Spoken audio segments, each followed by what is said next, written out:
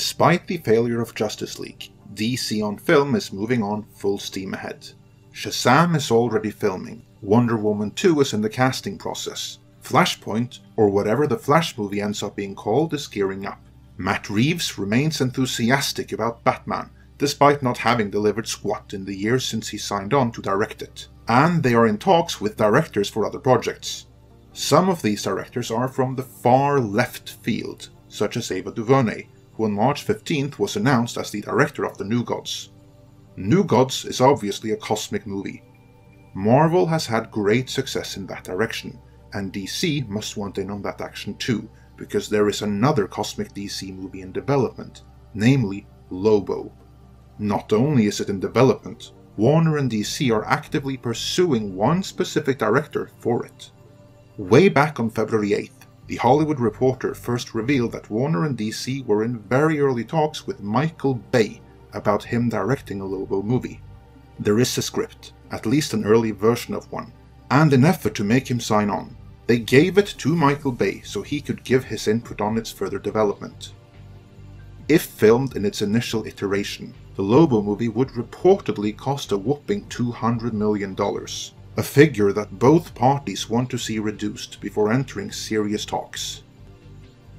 There are some things of note here, so in this video I will cover who Lobo is and why they might want to make a movie about him, the prospect of Michael Bay being the one directing it, the budget, and above all, what even wanting Michael Bay for something like Lobo implies about the powers that be at DC, and how they are running DC on film into the ground, which is what all of this is ultimately about. For those not familiar with him, Lobo is an interstellar mercenary and bounty hunter of superhuman strength and fortitude, an alien space biker, if you will. While introduced as a villain in the 80s, Lobo only became popular in the 90s, when he was reimagined by, most notably, the prolific Judge Dredd writer Alan Grant, as a parody of the gritty anti-heroes of the time, like the Punisher, Cable, and Wolverine. But as over-the-top and obviously satirical as the stories were, they struck a chord with the readers. Lobo is the last Sonian, the only survivor from his native planet. Don't feel too bad for him though, because it was him who killed all the others, and he did it for shits and giggles. You see, Lobo is both a hedonist and a sadist, which makes for a very toxic cocktail. He does have a moral code though, which is that his word is his bond. So if he is hired to do a job, he will always see it through, even if there sometimes may be complicating surrounding matters which were not relayed to him in advance. This opens the door for some very cool cosmic stories. Lobo in the comics is an awesome character, provided we are talking about the established 90s version of him of course, and not the new 52 emo imposter. I have personally been all in favor of DC doing a Lobo movie for years. If Warner and DC want to replicate the success Fox had with Deadpool, and they do, then Lobo is one of the best candidates out there to do it.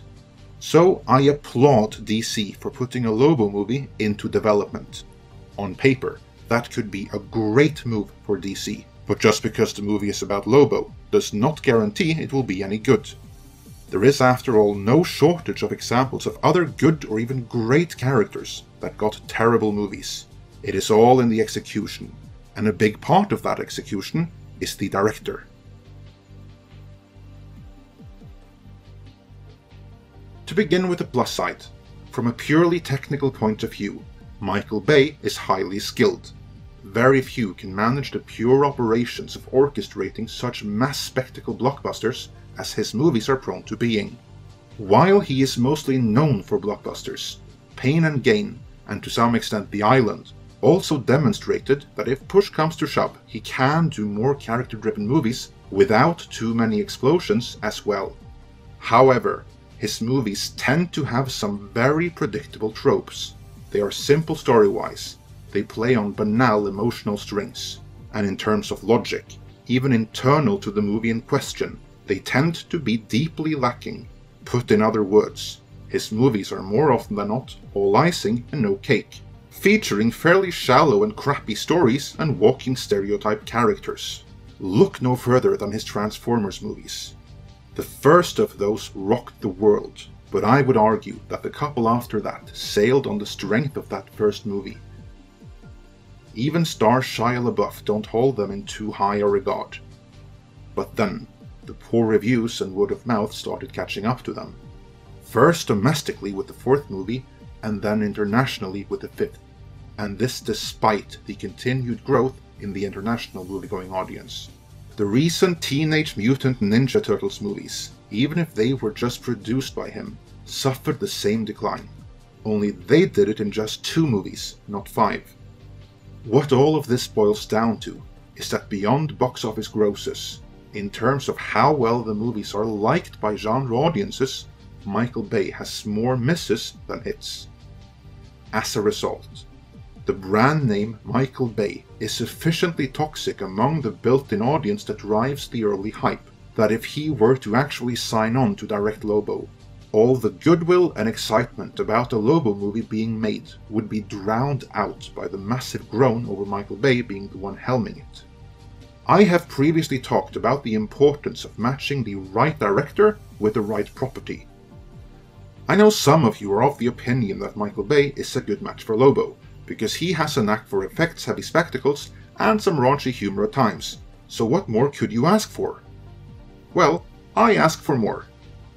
In my opinion, for a Lobo movie to work, the director would have to possess both an understanding of comedic timing as well as of visceral brutality that Michael Bay so far hasn't shown sufficient signs of mastery of. The Lobo comics are filled with over-the-top violence, including gore and severed limbs. His weapon of choice is a massive chain with a hook that would make Pinhead jealous. The key to getting Lobo right is the character, the satire, the twisted humor, and the visceral brutality, none of which Bay has demonstrated he has a knack for. What Bay excels at are the effects-heavy action sequences of a kind which I don't think any Lobo movie needs, even if it does take place in a space setting. A more natural directorial fit for Lobo than Bay would be someone who either masters comedy and satire and can be assisted with some over-the-top violence, or someone who masters over-the-top violence and can be assisted with comedy and satire. Best of all, of course, would be someone who could do both comedy, satire, and over-the-top violence, all while telling a story. As such, Lobo would probably be a better fit for someone like Zombieland director Ruben Fleischer, ousted Deadpool director Tim Miller, or even Dead Snow's Tommy Wirkola than it would for Michael Bay. What I don't think is needed for Lobo is a director who masters the kind of effects-heavy action sequences that Michael Bay excels at. The reason I think that is because the studio could and should appoint someone with that skill set to assist the director with those aspects of the movie.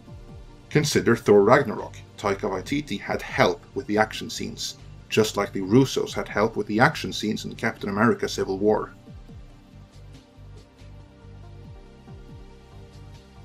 That DC are even talking with Michael Bay suggests to me that they want to go big budget blockbuster extravaganza here, and in my opinion, Lobo just isn't the right property for that.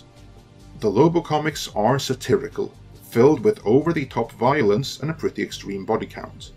These aspects of Lobo just so happen to be the defining aspects, and they would have to be either toned down or removed altogether to justify the kind of budget a Michael Bay-directed Lobo would have to be. The built-in Lobo fanbase would probably riot over this, so with them not hyping the movie, Warner would have to try to create a new fanbase for Michael Bay's Lobo, which to me does not sound like a great strategy. In my opinion, Lobo would be far better served with a $60 or even $40 million budget, a hard R rating, and a director who knows how to make every cent show up on screen. And make no mistake about it, I do want a Lobo movie, but I want a less commercial, lower budget, true to the source material Lobo movie. Something more along the lines of Deadpool. Before you all freak out, Michael Bay is probably not going to direct Lobo. There have only been very early talks, no dotted lines have been signed at this time, and given Bay's current schedule, he is unlikely to ever sign that dotted line. There may very well be a Lobo movie, but Bay is unlikely to be the one helming it. So what's the point of this video?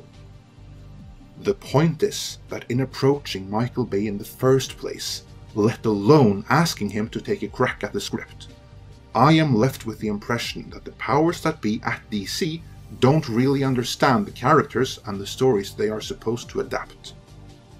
This is nothing new, of course. They've never understood that, which is why DC on film is in the sorry state it currently is in. However, with the appointment of Walter Hamada as the new buck stops here guy where DC movies are concerned, there was a hope that he would be able to turn things around. There was the hope that he would be able to keep the runaway costs in check and make smaller but ultimately better movies. There was the hope that he actually had something to do with the Conjuring cinematic universe being the success it is, instead of merely being along for the ride. There was the hope that the immensely stupid 47 Ronin wasn't his fault, even if he is credited as the writer for it. But with Ava DuVernay now appointed to direct The New Gods, and with Michael Bay being their go-to guy for Lobo, even if he doesn't end up directing it, all of that hope is fading fast. Let me know your thoughts on all of this in the comments. If you like this video, then please click the subscribe button. And don't forget to click the bell icon to be notified for all the latest uploaded content. Due to recent changes to YouTube's monetization policies, we'd also like to ask you to please consider supporting Midnight's Edge and its sister channel Midnight's Edge After Dark through Patreon. As thanks for their support, patrons will receive early notifications of mini-documentaries, special behind-the-scenes making of the Edge videos, bloopers, outtakes, lost episodes, and more. You can support the channel for as little as $1 a month. Be sure to check back for news and analysis on the corporate politics behind your favorite genre movies, as well as updates and discussion here at Midnight's Edge.